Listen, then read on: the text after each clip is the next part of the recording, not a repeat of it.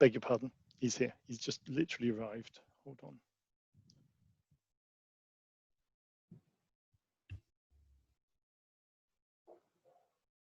Okay, well, there are more people coming, but also we do have quite a packed agenda, and we do want to try and keep to time. I know everyone else has got other things to get onto, so I would suggest that we just crack on then, and people will be coming in as we go. Those of you who are here already, thank you very much for joining. Welcome. We're very excited to be presenting the first of our Carbon Charter webinar series. Usually today we would be out in beautiful Freckenham with WOOLLEY. Looking at the weather outside my window, I'm actually quite happy. I don't know what it's like over there, but it's a bit dodgy in Ipswich. My name's Ned Harris, and I project manage the Business Energy Efficiency Anglia project. We're delighted to support the Charter in these webinars as well. The only thing I'm going to say before we kick on to the other panelists, the more interesting panelists, is that we do have a bit of time for questions. If you have any questions that you would like to ask, please just raise them in the chat function, which you can find at the bottom of your screen there, and we will have a few minutes for those after the talks. Other than that, without any further ado, I'm delighted to introduce Councillor Richard Rout, who is the Cabinet Member for Environment and Public Protection at Suffolk County Council. Thank you, Ned. I was hoping to share my screen with you, but it looks like, Ned, that screen sharing is disabled. So I don't know if you can switch that on at your end to get the slides up.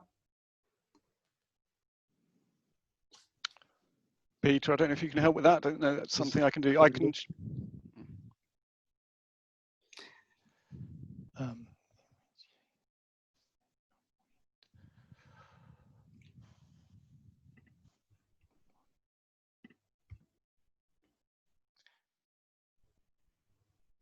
There we are. Fantastic.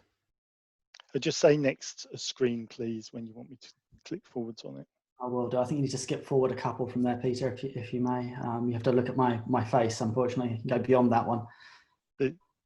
Move on, please. Okay, that's good. Thank you. So, good afternoon, everyone. I'm Richard Rout, the Cabinet Member for Environment and Public Protection at Suffolk County Council. And it's a real shame not to be seeing you all in person. And in advance, I apologise if one of the 5 dogs behind me decides to interrupt me. So since we first held it in 2014, the WOOLLEY Summer Garden Party has grown into a fixture in our annual calendar. The fine weather is guaranteed as the great debate and good company. And as I've said, while I'm sorry that we can't all get to Freckenham this year and enjoy the wonderful setting, I'm delighted that we've been able to work with WOOLLEY to put together something that looks to be a very good substitute. Next slide, please, Peter. Over the next 3 weeks, we have an exceptional range of speakers. I'm really looking forward to some of the stimulating discussion around how we can collectively ensure the recovery from this pandemic sets us up to tackle and rise to the challenge of the climate emergency. Next slide, please. This is exactly the right time to be having this discussion. 2020 has already thrown up some extraordinary challenges, but it's also highlighted the importance of nature in our daily lives. And many people are starting to think even more about things like air quality and how and why we travel. We at the County Council, and I'm sure many of you in your businesses, are embracing meetings and seminars like this one, conducted over Zoom or Microsoft Teams. We're realizing our workforce can be just as productive at home. And moreover, I'm certainly achieving a far better work-life balance. And we're simultaneously starting to think about what the purpose is of large premises and how they fit into our operation. While we've been dealing with this crisis, there's another one that hasn't gone away. Last March, Suffolk County Council declared a climate emergency and set the target of moving emissions to net zero by 2030. This, as I'm sure you appreciate, is hugely ambitious, but it's also a realistic response to the climate crisis. I firmly believe that we need to set ambitious goals if we're serious about wanting to keep warming well below 2 degrees. It's a much wider goal than the County Council or even the whole of Suffolk can achieve on its own. But we all have an important part to play. The radical break to normal life that we've all experienced is, as I've said in relation to our own operations, an opportunity to look at what we want our world to be like and gives us an occasion to rebuild in a way that makes that a reality. Next slide, please, Peter. Across Suffolk, we have already seen a 30% reduction in carbon emissions since 2005. Now, this is largely due to decarbonisation of the grid as the country has moved away from coal and towards renewables. Next slide, please, Peter. But hitting our 2030 aspiration means decarbonising even more rapidly from now. We've commissioned environmental consultants Ricardo to assess this for us, and they have identified a number of key areas, especially around heat and transport, which have been two of the biggest challenges to date. Next slide, please. Next week, in fact the week after, I will be taking a report to Cabinet that sets out how we will move to zero carbon by 2030. This is the result of a comprehensive review of our impacts and details a range of new measures covering all areas of council activity and influence. These include ensuring any new buildings or retrofits are designed for zero carbon, support to our schools on moving to net zero, involving students with that, switching our fleet to EVs, managing our farm estate to store carbon, making climate impacts and carbon reporting a mandatory part of procurement. County council emissions are only a small part of Suffolk's total, but we want and we need to demonstrate leadership. Many on this webinar will be from businesses that are already demonstrating true leadership towards low carbon practices. Not least, of course, our next speaker, who I'll hand over to shortly. But there's no point in us demonstrating leadership if people don't follow. That's why we continue to support the Carbon Charter Network, local businesses making a public commitment to decarbonisation and showcasing best practice to the wider economy. Next slide, please, Peter. Just before I hand over, I want to highlight a few other areas of work supported by Suffolk County Council. The first is Business Energy Efficiency, or BEANGLIA. This ERDF-funded project offers grants and support to businesses to implement energy-saving measures and is also supporting this webinar. As part of our assistance for businesses coming out of lockdown, BEANGLIA is offering grants of up to 50% until the end of this month, a 10% uplift on the usual grant rates. The second is our £400,000 Renewable Energy Fund, which saw its first installation just recently on Nirvana Fitness in Lowestoft. And this allows businesses to have solar panels supplied and installed for free. The third is Plug-in Suffolk, which was the first open access fast charging network in the country. This is a great scheme delivered in partnership with a Suffolk-based firm, EO Charging in Stonemarket, and one that I think has wonderful potential to expand into a charging network with some of the best coverage for a rural county. Our lead officer on Plug-in Suffolk, Peter Frost, will be discussing it in more detail in the third of these sessions in 2 weeks' time. So it only remains for me to hand over to our regular host. WOOLLEY are long-standing Gold Charter holders. Indeed, this week, the Charter panel approved their renewed gold level. Their founder, Nick WOOLLEY, has been a staunch advocate of the transition to a low-carbon economy. The company's long experience in property, finance, project management is supported by its unique expertise in sustainable, eco-friendly development, environmental appraisal, and community consultation. We are delighted, absolutely delighted, to have their support in moving to net zero. Over to you, Nick. Thank you very much. Thank you. Thank you very much, Councillor Rose, for that great introduction. I'm most grateful. And a very warm welcome from us all at WOOLLEY Project Management. We're very sad too that we can't welcome you in person to our offices, woods and gardens in Freckenham for what would have been the 7th time. However, we're delighted to be joining again with Councillor Wright, Ned Harrison and all the Suffolk team in this short series of webinars. The Carbon Charter is all about how to find triple win solutions. The 3 wins being 1, energy reduction, so cost reduction; 2, respecting and working with the laws of nature and our environment; and thirdly, an increased quality of life for all the people concerned. By this, achieving wins for all 3 columns of sustainability. We've achieved these wins in many areas of our operation and are proud to have won, as Councillor Rout has just said, our 5th Gold Award this year. We're also in the top 100 green businesses in the East of England. We've won these awards in all areas of our operation. Firstly, we've made many cost-effective improvements to the old cottage, which is our office, including a high-efficiency boiler, radiator thermos, complete new double glazing for all windows and doors, LEDs throughout, and massive loft insulation. These works have made the office vastly cheaper to run, far cozier for us inside, and reduced our carbon footprint dramatically. Last year, we installed an 8-kilowatt solar array. It's connected to an electric car charge point and, importantly, a Tesla Powerwall, so no lost energy. We've almost taken the property off-grid for much of the year. For the last 3.5 months, we've been 98 to 99% off-grid.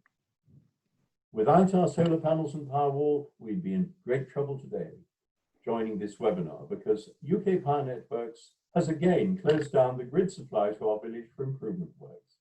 So without that, without our Powerwall, we wouldn't be with you today. We purchase, going back to what we do in the company, we purchase only from green sources. We recycle almost 100%. We're using electric vehicles and cutting business travel. Lockdown has also taught us much. Teams and Zoom conferences are now with us all, more, I think. Our attitudes to planning have always centered on sustainability and creating places for people, but we've learned more about what we need in future to create strong, robust, sustainable communities. I try to be a true green ambassador in all my doings, and I urge you all to do the same. We really can make a difference, and we must always seek to do so. As a member of the Oxford University Advisory Board for its Masters and PhD in Sustainable Urban Development, I lecture on that both at home and overseas. At this time, we're in an extraordinary situation due to this ghastly pandemic, which has brought tragedy to so many and economic damage which will live with us for many years to come.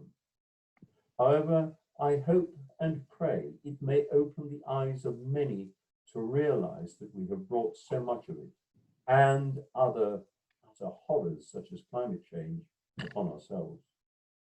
Too often we think, largely through our technology and material wealth, that we are above nature and the fundamental laws which govern it and all the myriad of other species which make it up. The human race is but one species in nature, but see the damage which we have wrought upon our precious and miraculous planet. Now it is wake-up time. I'm thrilled that the World Economic Forum is making this call to the world. Its many members, global leaders in so many fields of business and commerce, including the IMF Managing Director, Kristalina Georgieva, join with United Nations to bring about radical change. And they've called this change the Great Reset. Their objective, to produce an all-embracing plan on how we reset ourselves and business at every level, basically conforming with United Nations 17 Sustainable Development Goals. They will then put their composite plan to the next meeting of the G7 in Davos next February 2021. As Prince Charles, in his speech launching the Great Reset, so aptly put it, as we move from rescue to recovery, therefore, we have a unique but rapidly shrinking window of opportunity to learn lessons and reset ourselves on a more sustainable path. It is an opportunity we have never had before and may never have again. We must use all the levers we have at our disposal, knowing that each and every one of us has a vital role to play. Today, we are incredibly fortunate that Neville Ash, a good friend of ours, will give our keynote speech. He is United Nations Director of the World Conservation Monitoring Center, and his subject is an international perspective, placing the environment at the heart of our response to the COVID pandemic. Neville, we greatly look forward to your paper. Thank you.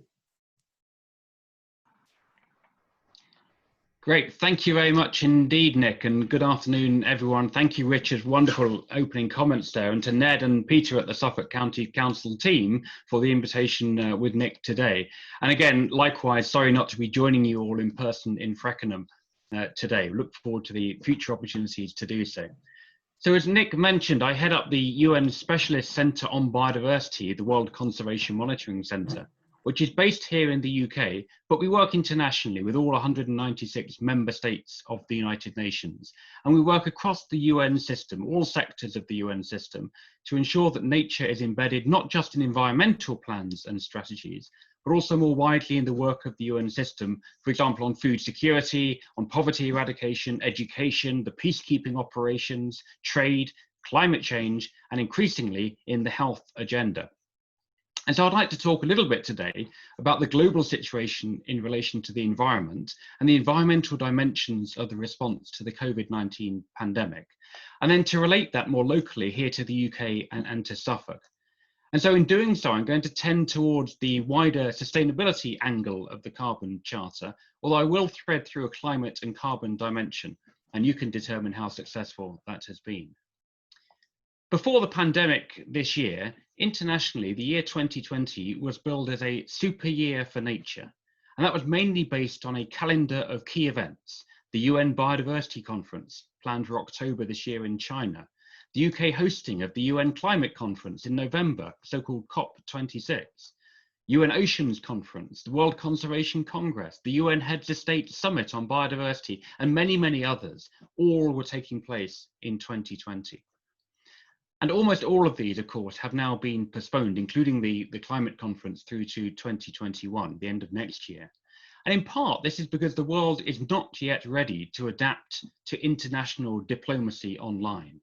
Governments are not prepared to come together yet and negotiate online to reach consensus on some of these big global issues. And that's understandable because in part of unequal access to digital technologies, it's very difficult to enable equal participation in those discussions, which is a core part and principle of the UN system. But of course, much momentum is being maintained in many of these key international agendas. So the UN Summit on Biodiversity is taking place at the end of September, albeit virtually. And of course, much preparation is going towards the UN Climate Conference in terms of bilateral discussions, regional discussions, and other preparatory work. Likewise, there's a great deal of momentum towards an international agreement on biodiversity, with many similar characteristics to that of the Paris Climate Agreement. And this so-called post-2020 global biodiversity framework is expected to be adopted next year. And things have already happened this year. Nick already mentioned the Great Reset, a key initiative to help drive sustainability across the private sector. So although many things are being delayed, momentum is still being built. And despite the postponing of various events in the calendar, 2020 itself remains a super important year for nature and for climate. And that's because it is the year and the start of the decade in which the world must change course. We must reset our relationship with nature to ensure a sustainable future for people and planet, and we must put the world on a pathway to recovery. And so the global ambitions to reduce climate change to 2 degrees or 1.5 degrees and to conserve and restore nature require urgent and ambitious action this year and this decade. But of course, the decade has not got off to a great start. Of my 2 favourite memes recently, one has been the back, and I was hoping to find this to share on the screen. Unfortunately, I wasn't able to. But one was my favourite ones was the Back to the Future picture with Doc Brown saying to Marty as he climbs into the DeLorean time machine, "Whatever you do, don't set it to 2020." And that's true. We're going to look back on 2020 as not being a positive year for so many agendas of humanity. And whilst the COVID pandemic is clearly the most urgent issue facing humanity, with its potential to set back progress on sustainable development in parts of the world by decades, it's clear that climate change and the wider environmental degradation we are facing are the biggest threats facing humanity. And that brings me to my second meme, which, apologies again, I wasn't able to find to post for you, but many of you may have seen it. It shows a couple of, I think they were scientists, but it could well be politicians looking back to the COVID peak and saying to each other, "Thank God we managed to flatten the curve." But behind them is the much larger wave coming from the recession. And behind that, a considerably larger wave still coming from climate change. And then behind that, the biggest wave of all coming from the collapse of biodiversity and the life system on which we all depend. Internationally, the COVID response has rightly focused at this stage on public health and increasingly now on jobs and livelihoods as part of the recovery. And once the immediate medical emergency has passed, the engines of growth need to rev up to alleviate the suffering caused by this global tragedy. And the Sustainable Development Agenda to 2030, including the Sustainable Development Goals and the Paris Agreement on Climate Change, remain our best and only option for a lasting recovery from the current pandemic. And the current pandemic is a reminder of the intimate relationship between people, other animals, and the environment. It emerged from a zoonotic disease, passing from animals to people. And as we seek solutions, it's critical that we remain committed to the environmental progress that's been made by local and national governments and by businesses over recent decades. We have learnt the hard way that environmental protection is not a luxury, but actually central to sustainable and inclusive growth, and to protect the most vulnerable populations, whether against COVID-19, biodiversity loss, pollution, or climate change, the impacts of climate change. And the international environmental response has been and remains to support governments to address immediate challenges from the medical emergency, such as strengthening waste management systems, to work to deliver stronger science and policies that help to build back towards a healthier planet, and to ensure that green growth opportunities are stimulated in the long run, whether through renewable energy, smart cities and infrastructure, green jobs, or sustainable consumption and production. So let me elaborate slightly on this international environmental dimension of the response to the COVID-19 pandemic. The response clearly requires effective waste management, including of plastics. The pandemic is resulting in a rapid increase in medical and hazardous waste. Reports from various parts of the world, for example, point to around a 6-fold increase in waste generation at the local peaks of the pandemic. Even here in the UK, consumers are using a lot more single-use plastic, and that's beyond the medical waste from personal protective equipment once it's become available. Waste management, including medical, household, and other hazardous waste, needs to be seen as an urgent and essential public service to minimise possible secondary impacts on health and the environment. Of course, it already is in Suffolk, but not so in many other parts of the world. Beyond waste, a second issue is that it's time to review and re-establish our wider relationship with nature. The link between zoonotic diseases and nature has been reasonably well known for quite a long time. Around 60% of all known infectious diseases in people and around 3/4 of all emerging infectious diseases are zoonotic, passing from animals to people. And COVID-19 is just one of the many diseases now known to have crossed between animals and people, although the transmission pathways are not fully understood at this stage, at least. So to advance on the science of disturbance and risk and threats to environmental and people's health, work is ramping up to further understand and map the links between deteriorating environmental health, habitat loss, biodiversity loss, overexploitation of species, and the risk of outbreaks of future pandemics. And this will allow governments around the world a clearer understanding of zoonotic disease transmission pathways, the routes by which zoonotic diseases can emerge, and enable us to identify ways to interrupt these pathways, early warning system, if you like. And this isn't just an issue for far-off tropical forests, but one that connects right across to consumers here locally in the UK. And supporting human health requires that we double down in support of our global, national and local policy frameworks to safeguard our environmental support systems on which we all depend. And it's for precisely this reason that progress on the many international milestones, which are expected to be reached this year on biodiversity, on chemicals management and on climate change, still matter greatly. We need local and national commitments towards developing and implementing an ambitious, measurable and inclusive post-2020 global biodiversity framework, as well as other global ambitions, because this will play a central role in keeping nature intact, diverse and flourishing. And the stronger our planet's life support systems are, the better human health will be. But the postponement of this year's climate conference in the UK in Glasgow delays the submission of new nationally determined contributions. We did set out by governments the plans, national plans to reduce emissions into the future. And clearly there are high ambitions in Suffolk and in the UK toward climate carbon neutrality.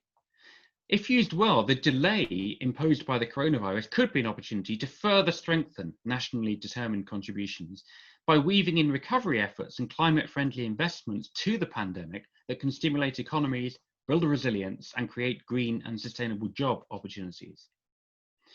So thirdly, we need to build back from the pandemic better and, of course, greener.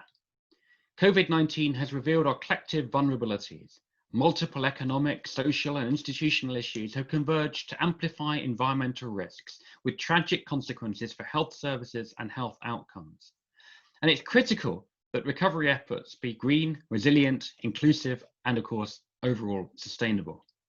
So stimulus packages must offer the opportunity to flip the green switch, whether through investments in renewable energy, improvements in industrial production, waste management, or infrastructure. Recovery, of course, can be transformational and green, guided by sustainable consumption and production, a circular economy in which sustainable, resource-efficient, resilient, and inclusive supply chains are critical. And 5 design principles need to underpin green fiscal stimulus packages. The centrality of green and decent jobs and income as part of those stimulus packages. The important investments in public wealth and social and ecological infrastructure. Circularity in the economy to reduce waste and advance on sustainable consumption and production, which is the underlying driver of all of our environmental challenges, whether it be climate or biodiversity loss, land degradation and others. Responsible finance for climate stability and ecosystems integrity, driving not just investments in nature, but mainstream finance to ensure it's not undermining investments we are making in nature and on decarbonising the economy. And then on socially inclusive outcomes to ensure that current inequalities are addressed at all scales, again, a key driver of underlying environmental unsustainability. And in the words of the UN Secretary General, in an interconnected world, no one is safe until all of us are safe. COVID-19 respects no borders, and if COVID-19 is anywhere, then it is a threat to people everywhere. And this is true of the environmental dimensions of the pandemic and more widely as well. But through the current pandemic, the planet has delivered its strongest warning yet that we must change. Stories and images we have floating around on social media and mainstream media around visible environmental benefits have been enormous. Penguins on the streets of Cape Town, turtles returning to beaches, cleaner skies across many parts of the world, although some of them I'm sure have been fake images. But a global lockdown is not the way to improve environmental outcomes. What it has done is show people a glimpse of an alternative future, a plausible, possible future. But these benefits will not endure unless we build economies back that work with nature and not against it. And of course, even as we seek to overcome the global pandemic, climate change has not taken a holiday. The reality is that the future of our planet in a 3 or 4 degree scenario takes us to an entirely different level of uncertainty in all parts of the world than that presented even by the current COVID-19 crisis. And so we must take decisive action to protect our planet from both the coronavirus and the existential threats of climate change and biodiversity loss. And we must do this across public and private sector, across the whole of local and national government, and across the whole of society. Because as we are learning in a pandemic, and indeed on the wider issue of sustainability, solutions are required at individual, local, national, and of course, global scales. And we know from the work done here in the UK by the Climate Assembly that people would be prepared to continue many of the lifestyle changes enforced by the coronavirus lockdown if it's going to help tackle the climate emergency. And the government would have broad support for green economic recovery from the crisis. So working from home, as many of us are still doing now, for those who are able to, has become a very popular option. Changes to how people travel. Many people are appearing to be adapting to the idea of a more local lifestyle, both for work and for leisure. And so local and national government has a unique opportunity to rethink investment in infrastructure and to further support low carbon business. Along with the forced opportunity from COVID-19, the public and private sectors are also undergoing a transition in the understanding of the relationship between societies, economies, and nature. The environmental sustainability agenda has for the most part been focused on the impacts and reducing impacts from people's action on the environment. But in the last 2 decades, there's been a groundswell of recognition that the relationship between people and nature is two-way. We not only impact on nature, we're also dependent on nature for functioning societies and economies. Around half of global GDP is highly and directly dependent on biodiversity, as is our physical and mental health, around 1/3 of global jobs, and our ability to bounce back from shocks, our ability to manage floodwater, drought, coastal erosion, and adapt to other climate changes, and our ability to grow food. And these are the dependencies which are bringing nature increasingly up the political agenda, and the reason why heads of state will still be meeting, despite the circumstances, in September this year for the UN Biodiversity Summit, meeting virtually for that. And it's not just in public sector. Business leaders have recognized these connections too, with the loss and degradation of biodiversity sitting alongside climate change as one of the top risks perceived by CEOs across the world in the annual World Economic Forum Risk Report. So what's needed is both systemic change to embed sustainability in the economy, along with individual and cultural changes. And this is true internationally, nationally, and locally. So what does all this mean for the regional and local areas such as here in Suffolk? Well, to me, it's about bringing together the sustainability thinking on climate and nature across all aspects of local government and business. A huge amount of head start has been taking place in Suffolk. So building on the strong base already in place, the Plug-in Suffolk scheme, the Solar Together initiative, the Business Resilience Toolkit and other efforts underway in Suffolk, much to build on. And the ambition is already there. In fact, I would suggest the ambition in Suffolk is incredibly ambitious compared to even the national circumstance here in the UK, let alone internationally. But still there are opportunities for further greening the county, again, bringing the nature and climate agendas further together, adopting practices and encouraging practices for individuals. We've had a very successful across the country No Mow May campaigns and Let It Bloom in June campaigns where people have not been cutting their grass. Flowers, wildflowers are bouncing back. Pollinators are loving it. I'm not sure what the July caption is, but maybe it should be something around let pollinators fly in July. But some way that we are capturing the little things that we can all do and collectively have a huge impact. Of course, there are many opportunities for investing public and private funds to restore degraded areas across the region. And this might be through encouraging landowners to rewild and get ahead of the curve on the front of the wave with new opportunities created by the UK's departure from the Common Agricultural Policy and the incoming Environmental Land Management Scheme. It's about ensuring all children have a core education on environment and sustainability so the next generation does a better job than we've been able to do. It's about supporting and promoting local, low-carbon supply chains, further boosting electrification of public and private transport infrastructure such as buses, and very impressive ambition for 2025 in Suffolk, but also additional decarbonising of local transport through cycle lane infrastructure, secure bike parking. It's the details that help people in these transitions and transformations. And of course, ensuring that energy efficient infrastructure is working with and for nature. So successful delivery of a more sustainable future will require both voluntary efforts by individuals and the private sector, but also regulatory approaches. And this will inevitably include the counting of nukes.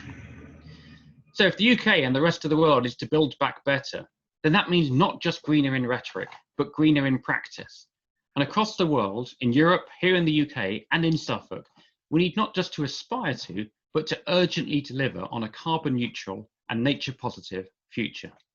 Thank you very much.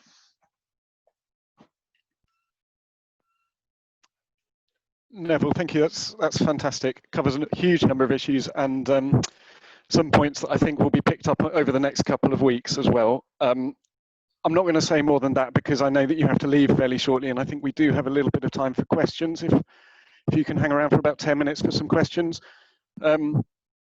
So the first question that's come in, and I think you should be able to see a poll on your screen now as well. So if everyone can just give us their views on that, that would be great. We got a number of issues here. One of them, which I think in a way is touching on everything you've just covered, but is perhaps looking for a sort of summation of that. Do you have a sense whether overall the events so far of 2020, are they going to help our environmental cause? I mean, we've seen lots of things postponed, you've talked about that, but on the other hand, as the questioner says, but then things weren't happening fast enough anyway. So is it that kind of kick to the seat of the pants that maybe we needed? I think a lot of that's going to depend. So some things were happening too fast, right? So consumption patterns, climate emission, carbon emissions, all happening too quickly. And this has helped us to put a pause on some of that. A lot will depend on how we respond and what a new normal might be. And the tendency will, of course, to slip back into old habits if and when we're allowed and able to do so sensibly with the health crisis still on us. But so much will depend. I think that it does present a huge opportunity to take a pause, reflect, and think about what is it that we can continue to do based on our practices over the last few months, which is going to be nature positive, going to contribute to the climate agenda, which is not inconveniencing our lives. And so we can see some very obvious examples in that: the working from home, the local transport, the not jetting off around the world on our holidays, the whole campaigns to buy locally, say the ease by which people have been able to spend more time in nature and get more health benefits from being in nature and around nature locally has all been a part of that. But a lot will depend. And I think the encouragement provided by national, local government, the leadership shown by business is going to be what determines how we take forward an environmental agenda coming out of the COVID pandemic. Unfortunately, I think most of the environmental trends we've seen in the last few months are likely to be fairly temporary in their nature. So it's going to require not just a laissez-faire approach, but a very proactive approach to ensure that those benefits, which can continue, the glimpse of which we've seen in the pandemic, do continue based on our practices going forwards. Thank you. I've got an interesting question here, which is, I think, particularly relevant to those of us looking at this as a local sort of Suffolk response. From Alan, is national diktat the only way to ensure a level playing field that protects or enhances nature? Local initiatives often stumble through viability issues. How should we afford biodiversity, and how can we impact that in Suffolk? Let me take a stab at that. And the as I mentioned in my talk, the solutions are going to be required at all scales. So it is not sufficient to have a national response without strong local action. Local action needs to mean local, as in individuals, individual landowners, individual consumers, as well as local government. And so, yes, we need national leadership. Yes, we need to set the regulatory framework in place nationally. Yes, there needs to be international collaboration to do so efficiently and effectively as well. But it's really through, and we find this time and time again, it's through the leadership shown by individual companies and or governments, whether local or national, which really helps to drive change. And so where in different parts of the world where you see the most restoration happening, the greatest growth of forest, it's because they've been national leadership. Within companies where you see commitments to deforestation, free supply chains, there you see the greatest change and impact on the ground. So it really is around the individual leadership within that policy context that's going to provide the greatest opportunity for change. Thank you. I'm conscious that we are slightly running out of time, but if it's okay with people, I think we're going to overrun slightly. And obviously, if people need to leave, then they have to leave. And Neville, I'm aware that you might have to, you've got places to be. But just that we've got a lot of interesting questions here. If there's any that we can't pick up today, I think we will try and also get some answers out to people in the summary afterwards. So, Richard, there's a number of questions that have come up around what we're doing in Suffolk and what more we could be doing, and I think this could be a whole long, half day in itself. But I wonder if we could just pick up on some of those. So particularly, there's this issue about planning requirements? What are the housing developments? It's come up a couple of times and it is clearly a huge part of the net zero challenge. Yeah, thanks, Ned. Yes, there's several questions there that I've seen. So the one around housing developments, it's a massive question. The first part of my answer is going to sound like a bit of a cop-out, but I promise it isn't. The County Council isn't the planning authority for residential developments. So those are determined through the local plan and through individual applications by the districts and borough councils. Now, that could in itself be an argument for unitary government in Suffolk, so that you just have one council making all of those decisions. But where that brings about a problem is that in Suffolk, we've got is it 5 districts and boroughs now some have merged, that you could have a policy in one part of the county that makes development more expensive, that could then shift it to another. And even looking at Suffolk holistically, if we make developing here more expensive, it could push it into Norfolk. Now, we had that a developers forum last year, and I put this question to the developers there and said, look, we want to do much more around sustainable building, but we are fearful of the implications of doing that locally. Does it require national legislation? And the answer very firmly from their point of view was yes, it needs to give a level playing field, not only between developers, but between regions. To give another example of why it's particularly difficult, even when we put in conditions around EV charging points, anything that hits what they call the developers refer to as the affordability of the scheme, they can begin to argue down things like the proportion of that development that's given over to affordable housing. So we could drive up the environmental standards, certainly, but then absolutely decimate the affordable housing contribution, because developers could argue it wasn't affordable. So my view is a lot more needs to be done, but we only have very small levers we can pull locally, and it requires national legislation, which I hope is coming. Ned, I'll just flick through some of the others if that's okay. There's one there, the climate emergency plan's on the way, albeit it was meant to be in place by now. Does it go far enough? So in essential, right, it was meant to be in place by now. We declared a climate emergency in March 2019. The policy development panel looking at that started up, and then a snap general election was called, and we had to pause all policy development panels for complex political and purdah, which is the sort of the moratorium period around election legal reasons. And then restarted, COVID hit, and they had to switch their operations to online. So I am pleased to say it's reporting back now in July, a couple of weeks' time, July the 14th, which is about 2 to 3 months later than I'd hoped. Absolutely, it is later. Does it go far enough?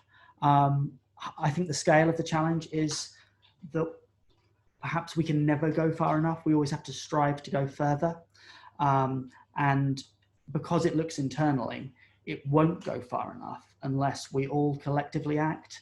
So we have those levers over the County Council's own internal emissions, and that's an ambitious target to reach net zero by 2030, but one I think we can hit.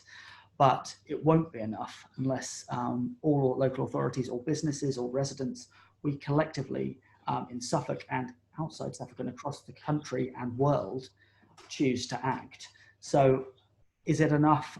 I hope so, but we'll keep striving for more, because I think as long as you sort of continue trying to stretch yourselves further than you think is reasonable, then I think we'll go far enough. There's so many questions here, Ned. The Suffolk County Council Food Charter, I think that's before my time, but I'll try to find out. And then there was another one there. We will try and answer these questions if we can't answer them now. Can we get some written answers to some of these, Ned? There's one we'll be able to do that, yeah. Otherwise, we'll have to get you back, Richard, for another session. I'm sorry, Ned. I'll hand back now. Okay, I'm just going to put out one more question, if I may, just and this one because it's so particularly relevant to the work that we've done in Suffolk and through the Carbon Charter. So it's looking at this idea of voluntary versus regulatory action. And it's one thing to say that we're hampered because the rules are different, and without the national legislation, it's sometimes a bit difficult to do things locally. But then is there an option for voluntary action to come in? And I think we all have seen things saying how critical that can be, but the question then, which is the real question here, is how do we encourage voluntary action? I don't know whether that's one that whether either Neville or Nick might have a view on. I can say a couple of words and maybe Nick can complement that. So to me, voluntary action is at the core of the global environmental response. And we're seeing that in many places where voluntary action is way ahead of regulations, way ahead of government action, whether it's on youth understanding and action on climate change, whether it's on the response, just picking up one of the questions here, to the fast fashion contribution to climate and biodiversity loss around the world, people taking action. But clearly it's not happening yet at a scale that's having the impact it needs to have on the wider sustainability agenda. So supporting that voluntary action, scaling up, and that's around communications. It's about facilitating networks of good practice. It's really around putting in place the incentives to enable and support further and additional voluntary action. So to me, it's not around versus. The question I think puts voluntary versus regulatory. It's really about both and how they work together to reinforce action in the longer term. Can I just add to that, I totally agree, excuse me, with everything you've said and your wonderful paper, Neville, but voluntary action, I see on a number of occasions from individuals. We certainly have volunteered to do a whole number of things, but then I think it's really important that when we've done that, we can demonstrate the real benefits. I was talking earlier on about the triple win solutions to all sorts of things, where you actually undertake work that reduces carbon, reduces energy, costs less, and actually helps the environment and makes people feel good. When we do these things, I think it's really important that we get the information about what we've been doing and the benefits that come from them out to lots of other people to demonstrate these things. And I found that there are mercifully a number of companies that are also doing this. I'm dealing with a friend who's undertaking major operations on a global scale, actually, through his investment organization. And he is absolutely wedded to one of the things I said, working with the laws of nature and the environment. He has found and proved to himself on a huge scale that this is what really works. And as a result, he's also running a highly profitable company. I do believe that we can do so much in getting out and, rather than hiding our lights under bushels, tell the world, these are things that we can do, you can do, please do them.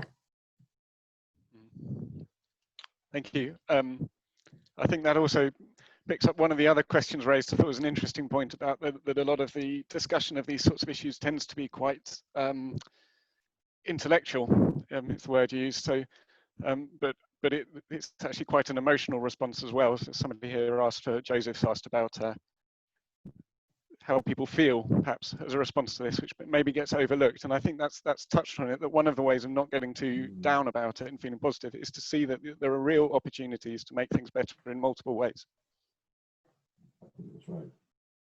Yeah, the response needs to address the heads and the hearts of people's response, and it's on both counts. So we need to clearly understand what the economic benefits are for acting in a sustainable manner. We need to understand how to provide the incentives for people to do so, and we need to support the individuals who have a passion, like I'm sure everyone on this call can spread that passion further and deliver and achieve more. So it's definitely a head and heart issue. And that's true in all parts of the world. There's often a sense that that's not true in necessarily around. It's true in all parts of the world. The head and the heart are both important players when it comes to incentivizing, promoting environmental sustainability. Thank you. Neville, thank you. I'm conscious we have already overrun our time. I would very happily keep going as long as people stay here, but I think we do need to stick to time. We will be back next week. I hope we'll pick up some more of these and then again on the week after. So a link to that will go out to all the attendees after the event here. We do just have a very short 2-minute video that we would like to show just to round off this first of our event. Thank you, before we show that, just thank you very much to Neville. Thank you indeed, and to Nick and to Richard for your contributions, and to everybody and for all of the questions. We will try and get some of these questions answered in written format, and also we're very open to doing more of these sessions. I think it's one of these things that's happened as a result of the pandemic is it's opened our eyes to the fact that we don't, lovely as Freckenham is, we don't all need to go there to have conversations, and we perhaps should be having these conversations more online and just doing this. So I would love to do more of these if we can. Fantastic, thank you very much. Thank you. Thank you.